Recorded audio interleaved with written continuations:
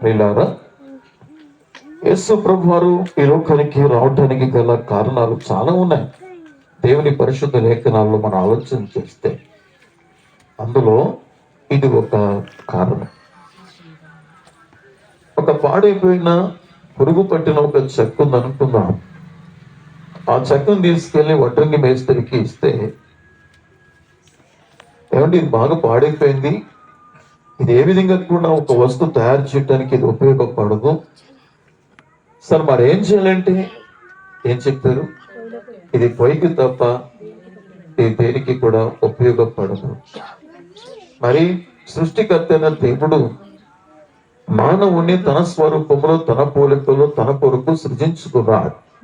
ఆదికాండం 1:26 మనం వెళ్ళినట్లయితే, దేవుడు మన స్వరూపము మన పోలిక చొప్పున నరులను చేయుదుము. గమనించారా? దేవుడు మానవుని తన పోలికలు, తన స్వరూపంలో చేసుకున్నాడు. ఎందుకు చేసుకున్నాడు? ఎందుకు సృజించాడు అని అంటే ఒక ప్రత్యేక ఉద్దేశం ఉంది.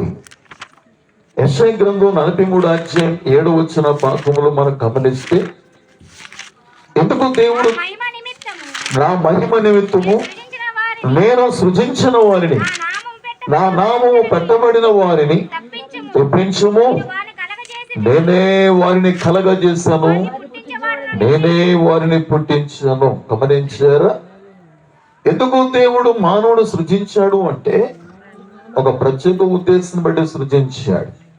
తన మహిమ నిమిత్తము, తనను ఆరాధించటానికి, తనను గణపరచటానికి. ప్రబంధు ప్రియులారా, మరి ఆ విషయంలో దేవుడు దేని నిమిత్తమైతే మానవుడు సృజించుకున్నాడు, మరి ఆ విషయంలో మానవుడు పాడైపోయినప్పుడు దేవుడు మానవుడు ఏం చేయాలి చెప్పండి? ఏం చేయాలి? నరకానికి పంపించాలి. కానీ దేవుడు ఎంత గొప్ప దేవుడు అనే విషయాన్ని ఈ చదువుకున్న లేఖనాల్లో మనకు కనిపిస్తూ ఉన్నాయి. ప్రియ సంగమా, ఈ లేఖనాల్లో ఒక వ్యక్తి మనకు కనిపిస్తున్నాడు. ఆ వ్యక్తి పేరు జక్కయ్య. వాస్తవానికి జక్కయ్య అన్న మాటకు అర్థం ఏంటంటే పరిశుద్ధుడు అని అర్థం. కానీ ఏమాత్రం కూడా పేరుకును తన జీవితానికి ఏమాత్రం కూడా పొంతు లేదు. ఇతనైతే ఆ ప్రాంత ప్రజలందరూ కూడా తనకు ఒక పేరు పెట్టారు, పాపి అని ఒక పేరు పెట్టారు. ఒక నిక్నేమ్ పెట్టారు, పాపి అని. ఎందుకు అంటే తను చాలా అన్యాయస్తుడు, అన్యాయముగా తన ధనాన్ని విపరీతంగా సంపాదిస్తూ ఉన్నాడు. ప్రియ సంగమా, డబ్బుతో మానవుడు కొనలేమని చాలా ఉన్నది తెలుసా? చాలా మంది ఈ విషయాన్ని ఎరగరు. డబ్బే ప్రాముఖ్యమని చాలా మంది పరిగెడుతున్నారు. కానీ మనుషుడు డబ్బుతో కొనలేనివి చాలా ఉన్నవి. ఎక్కడికైనా వెళ్ళి ₹1,00,000 పట్టికి వెళ్ళి, ఏమండి నాకు సమాధానం లేదు, మీ కొట్లో సమాధానం ఇవ్వండి అని అడగండి, ఎక్కడ దొరుకుతుందేమో. ప్రియులారా, మానవుడు సమాధానాన్ని డబ్బుతో కొనలేడు, ఆనందాన్ని డబ్బుతో కొనలేడు. బిడ్డలారా, నీకు ఆనందం కావాలంటే, నీకు సమాధానం కావాలంటే నీకు దగ్గరగానే ఉంది. ఎక్కడో చెప్పమంటారా? దేవుని పిల్లలారా, అందుకే దేవుడి ప్రాంతాల్లో దేవుడు తన సేవకుల్ని ఏర్పాటు చేసుకుని, ఎన్నుకొని ఈ ప్రాంతాల్లో దేవుని సమాధానాన్ని అనేకులకు పంచటానికి, దేవుని యొక్క ఆనందాన్ని, దేవుని సంతోషాన్ని అనేకులకు పంచటానికి దేవుడు ఇక్కడ ఒక సంఘమును ఏర్పాటు చేశాడు. చదువుదామా? బైబిల్లో గమనిస్తే రోమీయులకు రాసిన పత్రిక 14:17 మనం గమనిస్తే, దేవుని రాజ్యము భోజనమును పానమును కాదు, కానీ నీతియు సమాధానం పరిశుద్ధాత్మయందలి ఆనందమునై ఉన్నది. నువ్వు నీతిమంతులుగా తీర్చబడ్డానికి ఇదిగో దేవుడి ప్రాంతంలో సంఘాన్ని ఏర్పాటు చేశాడు. నీకు సమాధానం ఇవ్వటానికి ఇదిగో దేవుడి ప్రాంతంలో సంఘాన్ని ఏర్పాటు చేశాడు. ఆనందాన్ని ఇవ్వటానికి కూడా దేవుడు సిద్ధంగా ఉన్నాడు. నువ్వు ఆయన దగ్గరికి రాకపోతే ఆయన ఏం చేయగలడు చెప్పండి? ఒక వ్యక్తి ఒక దైవస్తుని ప్రశ్న అడిగాడు, ఏమండి దేవుడు ప్రేమగల దేవుడు అంటున్నారు, దేవుడు ప్రేమగల దేవుడు అయినప్పుడు మరి ఏంటి లోకంలో కరువులు, యుద్ధాలు, నెమ్మది లేకపోవటం, ఇదంతా చూస్తూ ఉంటే చాలా భయంకర పరిస్థితులు కనిపిస్తున్నాయి కదా.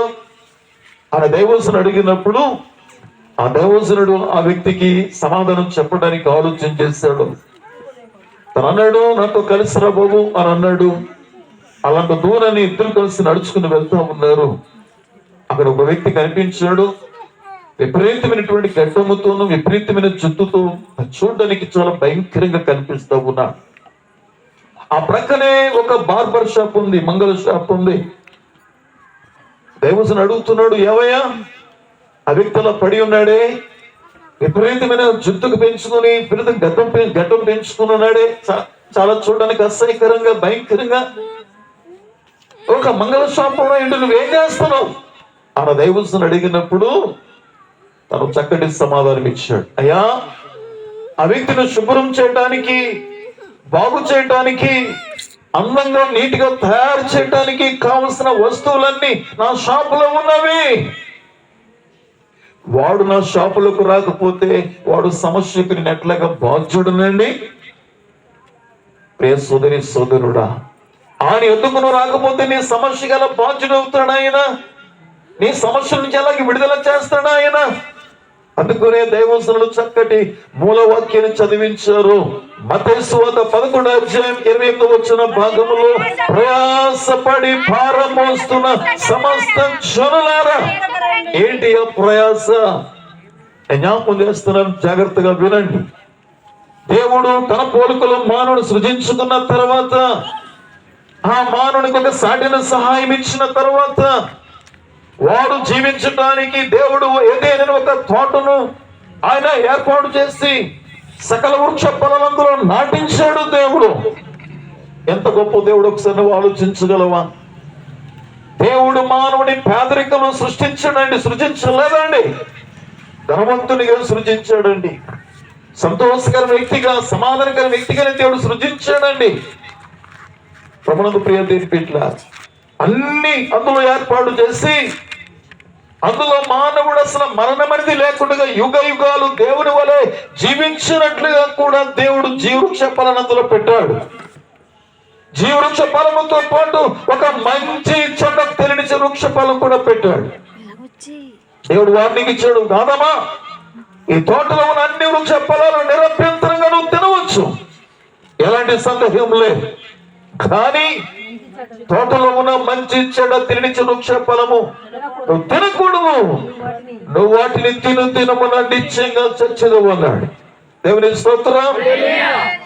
ప్రభువు ప్రియ దేవుని బిడ్డలారా, కానీ దేవుని మాట ఖాతరు చేయలేదండి, దేవుని మాట నమ్మలేదండి. ఈ రోజు ఎలాగైతే నమ్మట్లేదో, ఆ రోజుల్లో కూడా ఆదాము హవ్వలు దేవుని మాట నమ్మలా.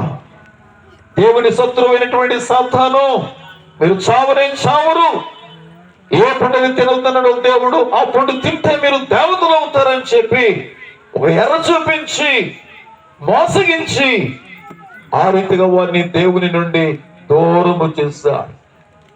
ప్రభువు ప్రియులారా,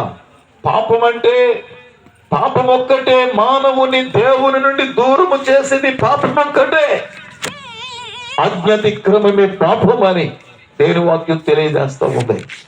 ఎప్పుడైతే ఈ మానవుడు దేవుని ఆజ్ఞను అతిక్రమించాడో, దేవుడు నిషేధించిన పండును తిన్నాడు, వెంటనే తనలో ఒక భయం వచ్చింది. ఎప్పుడు కూడా ప్రతి సల్లపూట దేవుడిని యెహోవా ఆది మానవుడైనటువంటి ఏదైనా తోటలోకి వెళ్ళి వారితో సహవాసం చేస్తా ఉంటే, ఆదికాండం 3:8 భాగంలో, చల్లపూటను ఆదాము తన భార్య అయిన దేవుడని యెహోవా స్వరమును విని యెహోవా ఎదుటికి రాకుండా తోట చెట్ల మధ్య దాగుకొనగా ఆదాము అని పిలిచినప్పుడు అందుకతడు తోటలోని స్వరం విన్నప్పుడు, నేను దిగంబరిగా ఉంటుంది కనుక భయపడి చెట్ల చోట్లని దాక్కున్నాను అన్నాడు. చూస్తారా, ఎప్పుడైతే మానవుడు పాపం చేస్తాడో, దేవుని ఆజ్ఞను అతిక్రమించాడో, తనలో ఒక భయం వచ్చింది. ప్రియులారా, ఏమొచ్చింది చెప్పండి? ఏంటో తెలుసా భయం? నేను జ్ఞాపకం చేయను, అదే మరణ భయం. దేవుని స్తోత్రం. హెబ్రీ పత్రిక 2:14 భాగంలో మనం గమనించినట్లయితే, తొందరగా సహాయం చేయలే. కాబట్టి ఆ పిల్లలు రక్త మాంసము గలవారైనందున ఆ ప్రకారమే మరణం యొక్క బలము కలవారిని అనగా అపవాదిని మరణము ద్వారా నశింపచేయుటకును జీవిత కాలమంతయు మరణ భయము చేత దాస్యములకు లోబడిన వారిని విడిపించుటకు ఆయన కూడా రక్త మాంసములో పాలివాడాయను. దేవునికి స్తోత్రం. నువ్వు ధైర్యంగా ఉంటావు. చిన్న రోగం వస్తే చాలు, నువ్వు త్వరగా చనిపోతావు అని చెప్తే చాలు, ఎక్కడైనా భయం. ఎందుకు అంత ధైర్యంగా ఉన్నావుగా, ధైర్యంగా జీవించావుగా, చాలా మంది ధైర్యపరచావుగా. నువ్వెందుకు ఈ రోజున భయపడుతున్నావు అంటే చనిపోవడానికి నువ్వు సిద్ధంగా లేవు. ఎందుకంటే మానవుడు చనిపోవడానికి ఇష్టపడ్డాడు? మరణం అంటే ఎందుకంటే అంత భయం? దానికి ఒకే ఒక కారణం. సోదరుడా, హెబ్రీ పత్రిక 9:27 భాగములో మనుషులు ఒక్కసారి మృతి పొందవలనని నియమించబడును, ఆ తరువాత తీర్పు జరుగును. ఆ తీర్పుకు సిద్ధంగా లేడు గనుక, ఆ తీర్పులో నిలబడటానికి ధైర్యంగా సిద్ధంగా లేడు గనుక, ధైర్యం లేదు గనుక మానవుడు మరణం అంటే భయపడతా ఉన్నాడండి. మీకు ఒక శుభవార్త ఏంటో తెలుసా? యోహాను సువార్త 5:24 భాగంలో మనం గమనించినట్లయితే, నా మాట విని నన్ను పంపిన వాడిని విశ్వాసం ఉంచిన వాడు నిత్య జీవము గలవాడు, వాడు తీర్పులోనికి రాక మరణములో నుండి జీవములోనికి దాటి ఉన్నాడు అని నేను మీతో నిశ్చయముగా చెప్పొచ్చున్నాను. యేసుక్రీస్తు ప్రభుల వారి వచ్చింది లోకములోనికి జీవిత కాలం అంతా మరణ భయము చేత దాస్యమునకు లోబడిన వారు విడిపించటానికే యేసుక్రీస్తు లోకానికి 2025 సంవత్సరాల కిందట వచ్చాడు. ప్రభునందు ప్రియ దేవుని బిడ్డలారా, పాపము ద్వారా నీకు నాకు రావాల్సిన శిక్ష అంతా కూడా సిలువలో భరించాడు ఆయన. అందుకనే ఈ రోజు నాడు క్రీస్తులో ఉన్నట్లయితే, రోమీయులకు రాసిన పత్రిక 8:1 భాగములో క్రీస్తు యేసునందున్న వారికి శిక్ష విధియోలే. నువ్వు ధైర్యంగా హ్యాపీగా మరణించడానికి ఒక గదిలో నుంచి ఒక గదిలోనికి వెళ్ళినట్లుగానే నువ్వు మనుషుడు దేవుని ఎదుకు వెళ్ళటానికి ఒక్క శరీరం ఒకటి మాత్రమే అడ్డుగా ఉందండి. ఈ శరీరం కనుక తీసివేస్తే నేరుగా మానవుడు దేవునితో ఏకమై ఉంటాడు, దేవునితో ఉంటాడు, దేవునితో గడుపుతాడు. ఈ శరీరంలో ఉన్నంత కాలం మానవుడు దేవుని కలుసుకోలేడండి, దేవుని దగ్గరికి వెళ్ళలేడండి. దేవునికి స్తోత్రం. కాబట్టి ఎప్పుడైతే ఆదాము పాపం చేస్తాడో, దేవుని ఆజ్ఞ అతిక్రమించాడో, వెంటనే దేవుడు ఏదేని తోటలో నుంచి వారిని బయటికి పంపించినప్పుడు దేవుడు అన్నాడు కదా, ఆదామా నీ నిమిత్తమే నేల శపించబడింది, ముండ్లతో ప్రయాసతోనూ నా బ్రతుకు దినములన్నిటను నువ్వు పంట తింటావు, ముండ్ల తుప్పలను గచ్చ పదులను వలుస్తాయి, పొలముల్లోని పంట తిందువు. దేవునికి స్తోత్రం. ఇదేనండి ప్రయాస అండి. ఆనాడు దేవుని ఆజ్ఞను మీరినటువంటి ఆదాము అవ్వలు, ఆది మానవులు దేవుడు తినవద్దన్న పండును తిన్నందుకు ఈ లోకంలోని తీసుకొచ్చిందేంటో తెలుసా? శాపం. ఈ లోకాన్ని తీసుకొచ్చిందేంటో తెలుసా? ప్రయాస, వేదన, దుఃఖం, అంగలాల్పు, కన్నీరు, ఇవన్నీ కూడా వచ్చినాయి. ప్రియులారా, ఈ రాత్రి జ్ఞాపకం చేస్తున్నాడు ప్రభు వారు. ఆదాము యొక్క ప్రయాసతో కూడిన జీవితాన్ని జీవిస్తున్న సోదరుడా, ప్రయాసపడి భారం మోస్తున్న సమస్త జనులారా, నా యొద్దకు రండి, నేను మీకు విశ్రాంతిని కలుగజేస్తా. అంటే నువ్వు ప్రభు యొద్దకు వస్తే ఆయన రక్తము ద్వారా నీతిమంతులుగా తీర్చబడతావు. ఆయన యొక్క ప్రియదింపులరా, ఆయన రక్తము ద్వారా పాపం నుంచి విడుదల పొందుతావు, నీ రోగం నుంచి విడుదల పొందుతావు, నీ ప్రయాస నుంచి విడుదల పొందుతావు. నువ్వు ఆయన ఎందుకు రాకపోతే నీ సమస్యకి ఎట్లా బాధ్యుడవుతాడు? చెప్పండి, నీ సమస్యకి ఎట్లా బాధ్యుడవుతాడు? కాబట్టి అందుకే అక్కడ ఒక దేశం గురించి చెప్పట్లా, ఒక రాష్ట్రం గురించి చెప్పట్లా, ఒక జనాంగం గురించి చెప్పట్లా, ఒక జాతి గురించి చెప్పట్లా. సమస్త జనులారా నా యొద్దకు రండి, నేను మీకు విశ్రాంతిని కలగజేస్తాను. దయచేసి ప్రభునందు ప్రియ దేవుని బిడ్డలారా, దేవుడు నీకు నిత్య జీవం ఇవ్వటానికి ఆయన సిద్ధంగా ఉన్నాడు. ఇదిగో ఇక్కడ ధనవంతుడైన జక్కయ్య విరామము లేకుండా అన్యాయముగా సుంకపు వసూలు చేస్తూ, పన్ను వసూలు చేసుకుంటూ చాలా చాలా చాలా చాలా డబ్బు సంపాదించాడు. కానీ తన హృదయం అంతా కూడా శూన్యంగా ఉందండి. ప్రభునందు ప్రియ దేవులారా, నీరు ఒక స్థాయికి చేరే వరకు కూడా నీటికి ఎలాగ నిలకడగా ఉండదో, సృష్టికర్తైన దేవుడు తన కోసం మానవుని సృజించుకున్నాడు. ఆ మానవుని యొక్క హృదయంలో, మానవుని యొక్క ఆత్మలోనికి ఆ సృష్టికర్తైన దేవుడు ప్రవేశించినంత వరకు ఆ వ్యక్తి యొక్క జీవితం శూన్యమే. దేవుని స్తోత్రం. శూన్యమే. ఆ శూన్యం డబ్బు నింపదండి, వస్తువులు నింపదండి, ఆస్తి నింపదండి, పలుకుబడి నింపదండి. రాత్రికాల సమయంలో ఆ శూన్యతను నింపడానికి ప్రభు వారు ఇష్టపడుతూ ఉన్నాడు. ప్రియులారా, జక్కయ్య ఒక దినాన్ని ఒక వార్త విన్నా, యేసు తను ఉన్నటువంటి ప్రాంతానికి వస్తున్నాడనే సంగతి విన్నా. ప్రభునందు ప్రియ దేవులారా, యేసు ఎవరు అని చూడగోరెను. గమనించారా? యేసు ఎవరు అని చూడగోరిన తహతహలాడుతూ ఉన్నాడండి జక్కయ్య. ఎంత ఆస్తి పరుడు, ఎంత భూస్వామి, ఎంత పలుకుబడి కలిగిన వాడు, ఎంత చక్కటి ఉన్నతమైన ఉద్యోగం చేస్తున్నవాడు, ఈ రోజున యేసు ఎవరు అని చూడగోరడట, తహతహలాడుతూ ఉన్నాడట. ఎంత ప్రయాసపడి వచ్చాడు కానీ చివరికి యేసును చూడలేకపోయాడు. కారణం ఏంటంటే అతడు వాస్తవానికి మొరపుచ్చగలిగిన వాడు.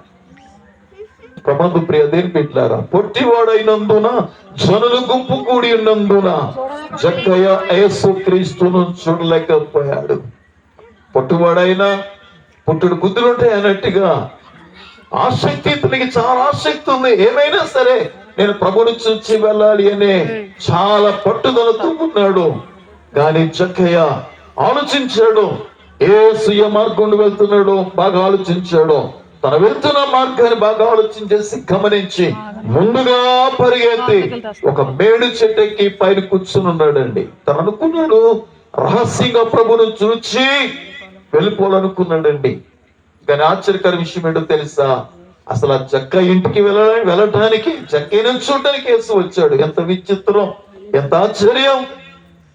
ఒక సృష్టికర్తైన దేవుడు ప్రభునందు ప్రియ దేవుడు వెతుక్కుంటూ పాపివైన నిన్ను నన్ను రక్షించడానికి ఆయన వెతుక్కుంటూ వచ్చాడండి. ప్రభునందు ప్రియ దేవుని బిడ్డలారా, జక్కయ్య వెళ్ళాడు, చెట్టు ఎక్కి కూర్చున్నాడు. చక్కగా యేసు ప్రభు వారి కింద నుండి ఆయన ప్రయాణం వెళ్తూ జక్కయ్య ఉన్న చోటికి వచ్చేసరికి ఆయన అక్కడ ఆగిపోయాడు. ప్రభువారు పైకి చోటు మొదలెట్టాడు. వేసే పైకి చూశాడు, పైనుండి కిందకు చూస్తున్నాడు. జక్కయ్య సృష్టికర్త అయిన దేవుడు, పాపి అయిన మానవుడు ఏదో ఒక రోజున కలుసుకునే ఒక స్థలం ఉందండి. నేనంటాను అదే క్రిస్మస్. మానవుడు దేవుడు కలుసుకునే ఒక బింబం. ప్రభునందు ప్రియులారా, ఒక రాత్రి కాల సమయంలో రెండు విధాలుగా మనుషుడు దేవుని కలుసుకుంటాడు. అయితే దేవుడిచ్చే కృప ద్వారాగా మానవుడు కలుసుకుంటాడు దేవుని, లేదో తీర్పు ద్వారాగా కలుసుకుంటాడు దేవుని. నువ్వు ఎలా కలుసుకోవాలనుకుంటున్నావు దేవుని? ఎలా కలుసుకోవాలనుకుంటున్నావు? ఇప్పుడే ఒక హాస్పిటల్కి వెళ్ళాను, ప్రార్థన చేయడానికి వెళ్ళాను. నేను ప్రార్థన చేస్తుంటే పక్కన ఒక బెడ్ ఉన్నది. ఎంత బొట్టు పెట్టుకుని ఉంది ఆవిడ. తన భర్త మరణ పరిస్థితుల్లో ఉన్నా. ఏమండి కొంచెం ప్రార్థన చేయరా? ఏమైందమ్మా అన్నాను. ప్రభునందు ఎప్పుడైనా ప్రభు గురించి విన్నారా? లేదండి, నాకు ఇష్టం లేదు. ఆవిడ చెప్తా ఉంది. ఏమైంది? ఆయనకి బ్రెయిన్ స్ట్రోక్ వచ్చిందండి. ఎన్ని రోజులు అవుతుంది? 8 రోజులు అవుతుంది. ప్రార్థన చేయరా? దేవుని స్వార్థ చెప్పాను. యేసు ప్రభుకి అసాధ్యమైంది లేదమ్మా. చనిపోయిన వాడిని లేపాడు, కులిపోయిన శవాన్ని లేపాడు. ప్రభు తప్పగా కార్యం చేస్తాడు. మొదటిగా మీరు విశ్వసించండి. కొన్ని మాటలు చెప్పాను. అంతకాలం ప్రభు అంటే ఇష్టపడనవా, ప్రభు దగ్గరికి వెళ్ళనవా, ప్రభువుని చెప్తే అసహించుకున్నవా, ఈ రోజున వారు భయంకర మరణ స్థితిలో ఉన్నటువంటి పరిస్థితులలో కోరి ప్రార్థన కోరుతా ఉన్నా, దేవుని మాట చెప్పడానికి కోరుతున్నా. గమనించారా? మనుషుడు రెండు విధాలుగా కలుసుకుంటాడు. దేవుడు మాట్లాడినప్పుడే వారు వెళ్ళుంటే, దేవునికి తమ జీవితాలు అప్పగించుకుంటే ఈ రోజునంతా దౌర్భాగ్య స్థితిలోకి వచ్చి ఉండేవారు కాదండి. దేవునికి స్తోత్రం. మనుషుడు ఆరోగ్యం ఉన్నంత వరకు, చేతిలో డబ్బున్నంత వరకు, బలమున్నంత వరకు మనుషుడు దేవుని దగ్గరికి రాడండి. దేవుడికి అక్కర్లేదండి. ప్రభునందు ప్రియ దేవుని బిడ్డలారా, ఎప్పుడైతే అన్ని కోల్పోతాడో దేవుని ఎదుకు రావటం పొందుతాడు. అయినా సరే ప్రభునందు ప్రియులారా, పైన చూస్తున్న జక్కయ్య, కింద నుండి చూస్తున్నటువంటి ప్రభువారు ఏసీ అంటున్నారు కదా, జక్కయ్య కమ్ డౌన్, త్వరగా దిగుము, నేడే నీ ఇంట ఉండవలసి ఉన్నది. సృష్టికర్తైన దేవుడు నీలోనికి రావడానికి ఇష్టపడుతున్నాడు, నీతో ఉండడానికి ఇష్టపడుతున్నాడు. ఆయనకు ఒక స్థలాన్ని ఇవ్వగలవా? ఆయనకు ఒక స్థలాన్ని సిద్ధపరచగలవా? నేను వాక్యం సెలవిస్తా ఉంది, దేవుడు తన ఆత్మ నీలో ఉంచాలి అంటే హెబ్రీ చదవండి, యెహెజ్కేలు గ్రంథం 36:26 భాగంలో, యెహెజ్కేలు 36:26లో నూతన హృదయం మిక్కించదను, నూతన స్వభావం కలగజేసేదను, మీలో ఉన్న రాతి గుండెను తీసివేసి మాంసపు గుండెను మిక్కించేదను, నా ఆత్మను మీ అందించి. దేవుడు తన ఆత్మను నియంత్రించాలనుకుంటున్నాడు. దేవుడు తన ఆత్మను నియంత్రించాలంటే ఆయనకు ఒక నూతన స్థలం కావాలండి, నూతన హృదయం కావాలండి. నువ్వు సిద్ధపరచవా? నూతన హృదయాన్ని సిద్ధపరచవా? నీలో నివాసం చేయాలనుకుంటున్నాడు, నీతో ఉండాలనుకుంటున్నాడు యేసయ్య. అన్యాయస్తుడే జక్కయ్య, అంత అన్యాయంగా డబ్బులు సంపాదించిన వ్యక్తియే అయినా ప్రభువారు ఆ వ్యక్తిని కోరుకున్నాడు. ఆ వ్యక్తిని కోరుకున్నాడు, నీవే నాకు కావాలి, నీ ఇంట వస్తాను, నీ ఇంట ఉండాలనుకుంటున్నాడు జక్కయ్య. వెంటనే త్వరగా దిగాడు చెట్టు నుండి, త్వరగా సంతోషముతో ప్రభువును తన ఇంట చేర్చుకున్నాడు. చాలా మంది ఎందుకు చేర్చుకోరో చెప్పిన, ప్రభు ఇంటికి రావటం ప్రియదేని బిడ్డలారా, అది నష్టం అండి, నష్టమండి. ఈ సినిమాలు ఇష్టము, ప్రభువును చేర్చుకుంటే సినిమాలకి వెళ్ళకూడదు, వదులుకోవాలి. వడ్డీ వ్యాపారం చేయటం నీకు ఇష్టం, డబ్బు సంపాదించడం ఇష్టం, ప్రభువును చేర్చుకుంటే వడ్డీ వ్యాపారం చేయకూడదు. ఈ కారణం బట్టి చాలా మంది కూడా ప్రభువుని చేర్చుకోవడానికి ఇష్టపడరండి. కానీ అన్యాయస్తున్నటువంటి జక్కయ్య చూడండి, యేసును తన ఇంట సంతోషముతో చేర్చుకున్నాడండి. యేసును చేర్చుకుంటాం ప్రియదేని బిడ్డలారా, సులువేమి కాదు, అది సులువేమి కాదు. అది చాలా నష్టముతో కూడిందని జ్ఞాపకం చేయనా, నష్టముతో కూడిన జ్ఞాపకం చేయనా. హెబ్రీ పత్రిక 10:34 భాగంలో మీరు గమనించినట్టు, ఎలాగనగా ఖైదులో ఉన్న వారిని కరుణించి మీకు మరి శ్రేష్టమైనది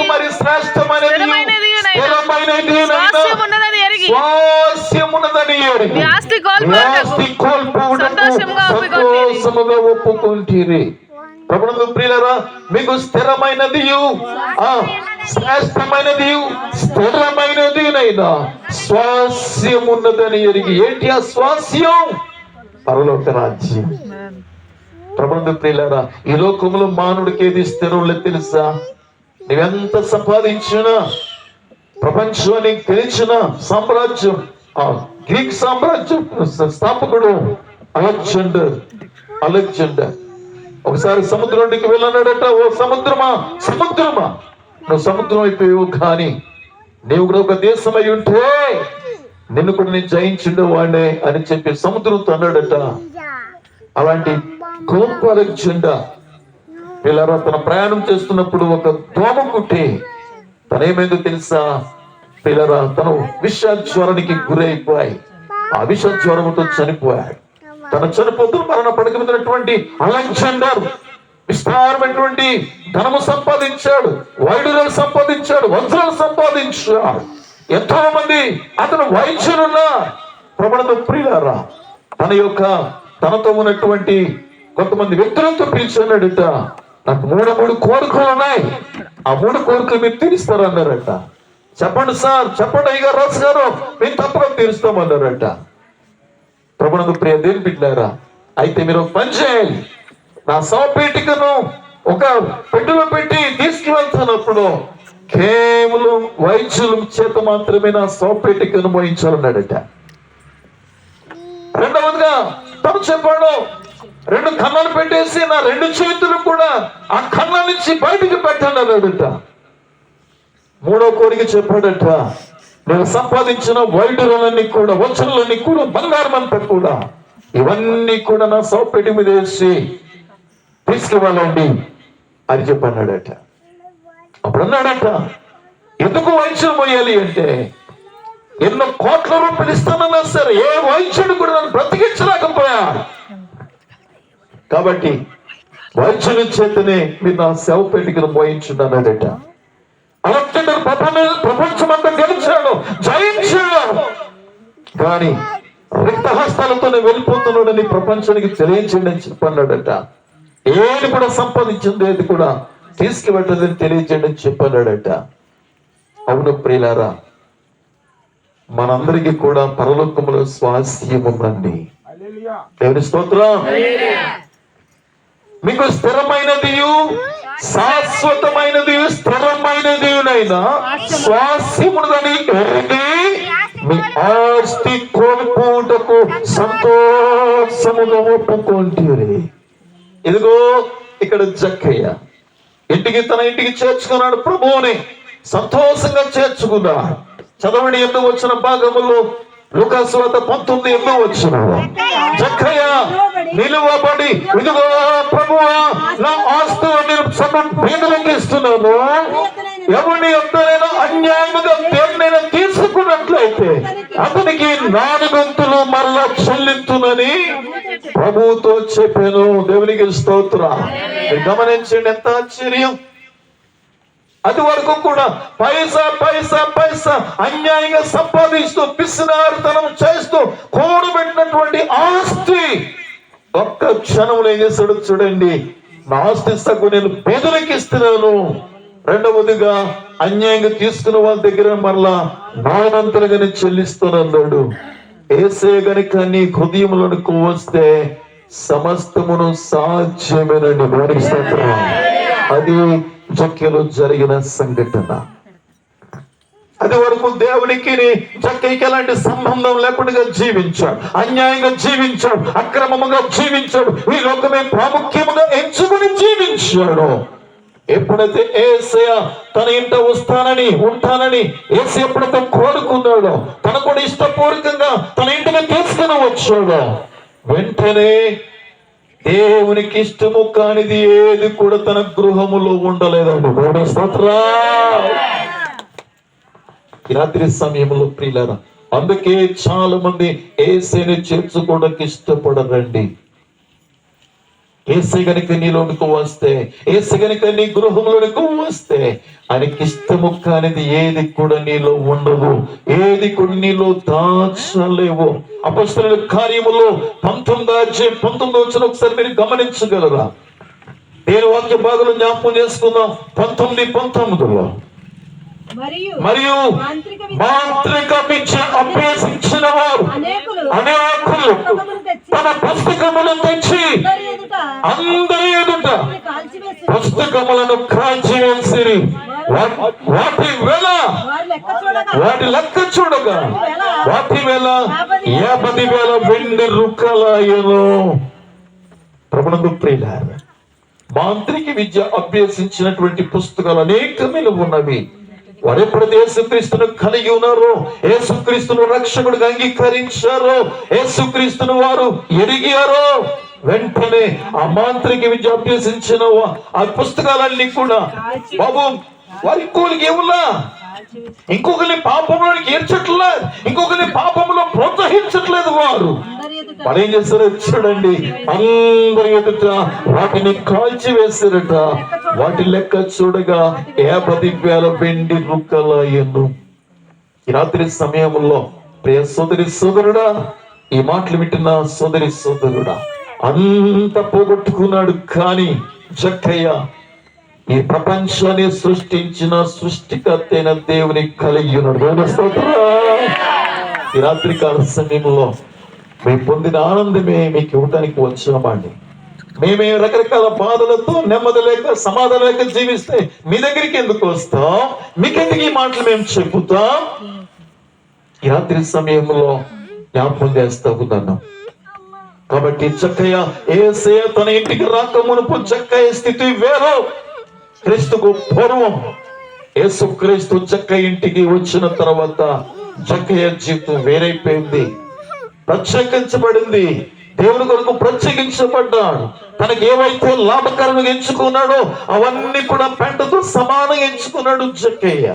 యేసయ్య అంటారు, ఇతడును నేడే నీ ఇంటికి రక్షణ వచ్చి ఉన్నది, నేడే నీ ఇంటికి రక్షణ వచ్చినది. ప్రియ సోదరి సోదరుడా, ఈ రాత్రి జ్ఞాపకం చేస్తున్నాను, నీ ఆత్మకు రక్షణ ఉన్నదా? ఏదో ఒక రోజున చనిపోతావు, ఏదో ఒక రోజున నీ శరీరం నుండి నీ దేహం బయటికి వస్తుంది. నీ దేహం మట్టిగా అయిపోతుంది, కానీ నీ ఆత్మకు మాత్రం చావు లేదు సుమా. నీ ఆత్మ ఉండే స్థలములు రెండున్నవి, రెండు కూడా యుగ యుగాలు ఉండే స్థలాలు అవి. వాటిని బైబిల్ చెప్తుంది కదా, ఒకటి పరలోకం అనబడింది, రెండవదిగా పరలోక నరకాగ్ని అనబడి ఉన్నది.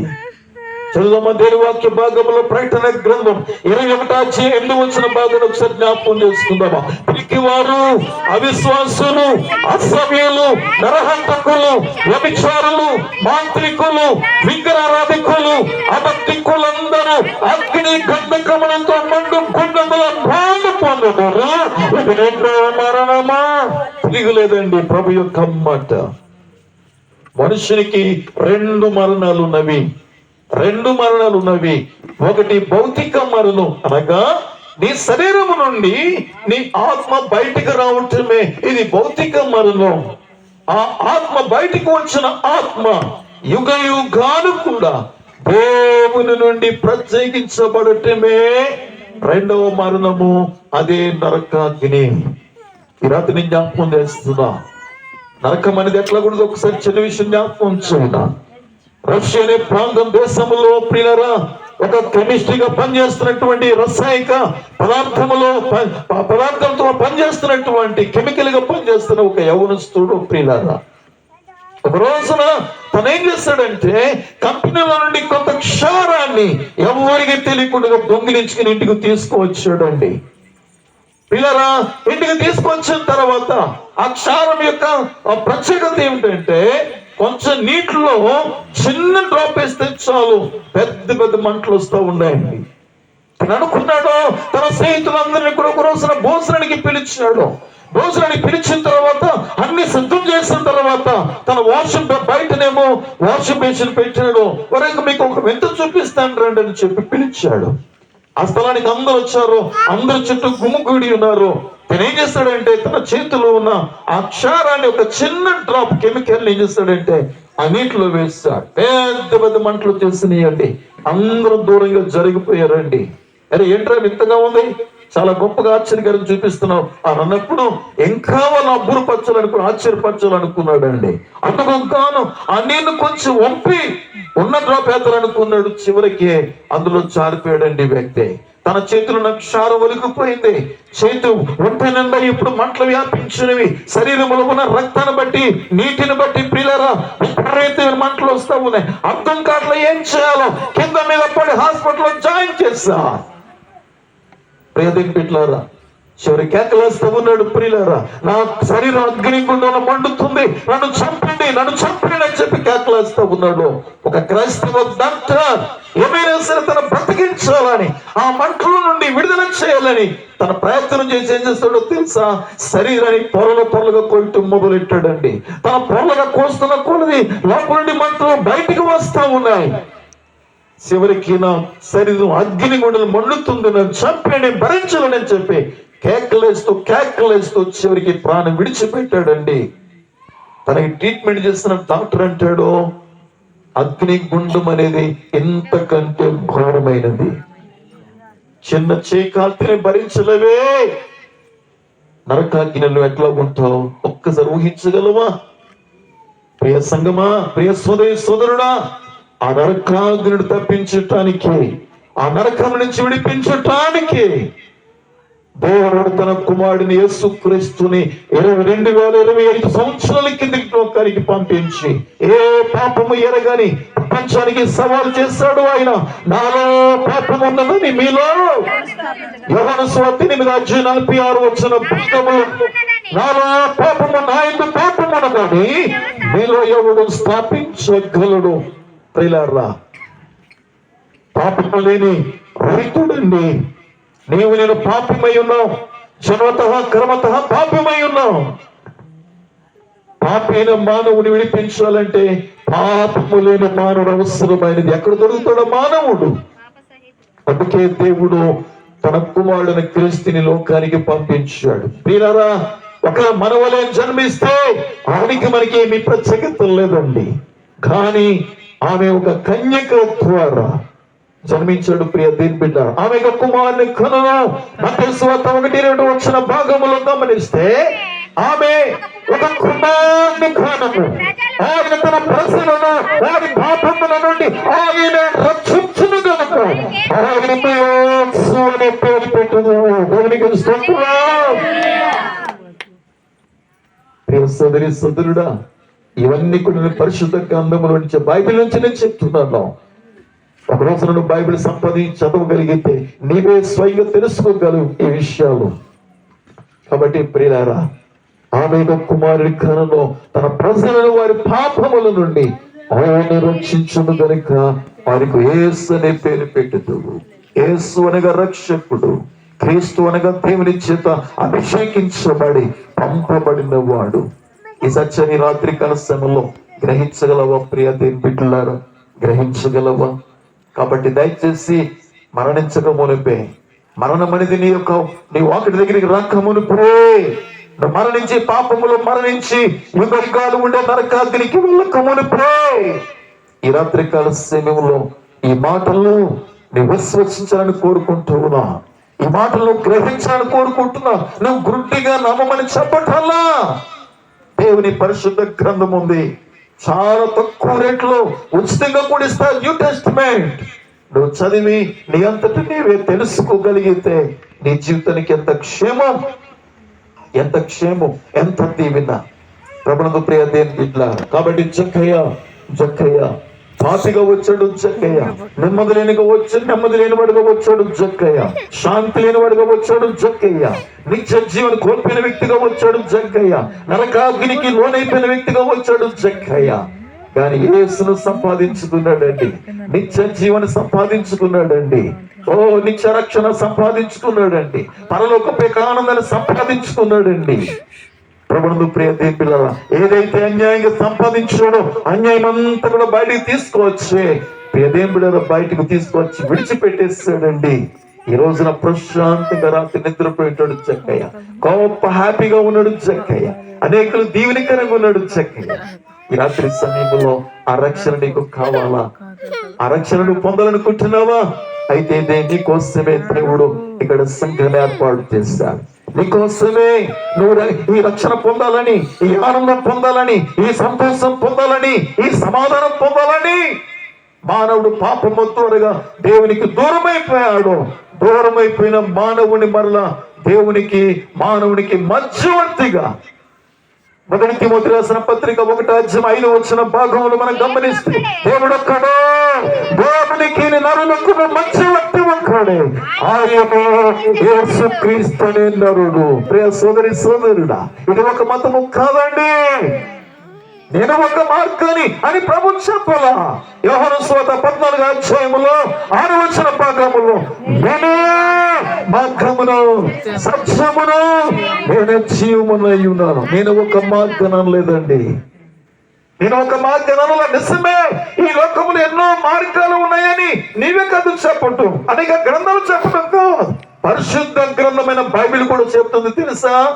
ఇర్మియా గ్రంథం 6:16 భాగములో జ్ఞాపకం చేసుకుందామా?